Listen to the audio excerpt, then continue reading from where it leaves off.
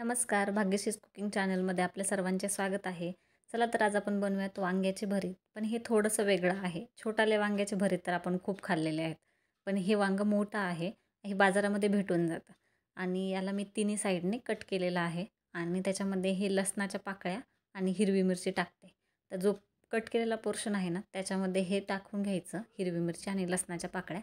तर इथे पाहू शकता तुम्ही, इथे मी छान तिन्ही साईडने हे टाकून घेतलं आहे. आता आपल्याला हे भाजून घ्यायचं आहे, तर त्याच्यासाठी मी इथे तेल लावून घेतलं आहे.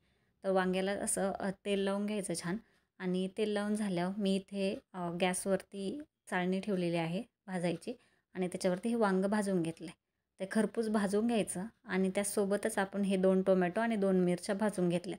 त्याला पण तेल लावून भाजून घ्यायचं. ते भाजून झाल्यानंतर त्याचे साल काढून घ्यायचे. ते साल काढून झाल्यानंतर इथे मी कट करून घेतलं आहे. तर छान असं बारीकसं कट करून घ्यायचं आणि ते कट करून झाल्यानंतर जे आपण भाजलेलं हिरव्या मिरच्या आणि लसूण होता ना, तर त्याला कुटून घ्यायचं. त्याची बारीक पेस्ट करायची. तर हे ऑलरेडी आपण भाजलेलं असल्यामुळे त्याचा एकदम खमंग वास येतो. तर इथे मी एक तवा घेतला आहे, त्याच्यामध्ये तेल घेतलं आहे, हिरवी मिरचीची पेस्ट टाकली आहे, बारीक चिरलेला कांदा टाकला आहे. तर तो कांदा चांगला परतून घ्यायचा.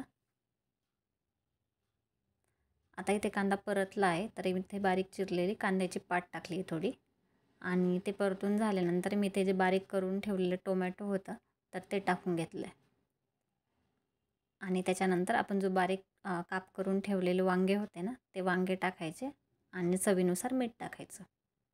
हे मिक्स करून घ्यायचं. तर ही वांग्याची भरीत करायची पद्धत थोडी वेगळी आहे, पण नक्की करून पहा, खूप छान लागते. आणि ही रेसिपी आवडली असेल तर चॅनेलला सबस्क्राईब करा. तर त्यासाठी तुम्हाला सबस्क्राईब बटनवर क्लिक करावे लागेल. धन्यवाद.